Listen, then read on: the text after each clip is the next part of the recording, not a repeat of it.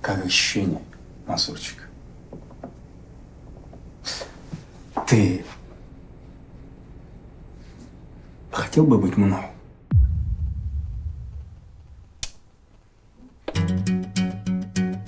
Клиент всегда будет утверждать, что у него нет денег.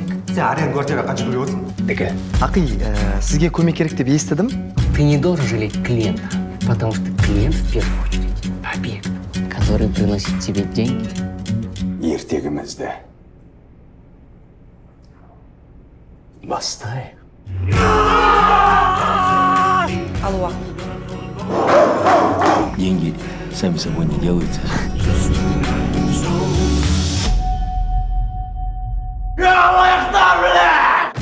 Да на целых 30 миллионов меньше, чем за прошлый, блядь, месяц! Наша цель на сегодня — потратить все твои деньги. Есть контакт, нахуй!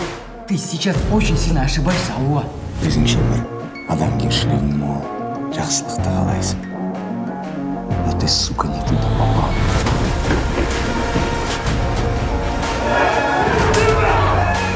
За работу я сказал! Понятно, я тебя спрашиваю!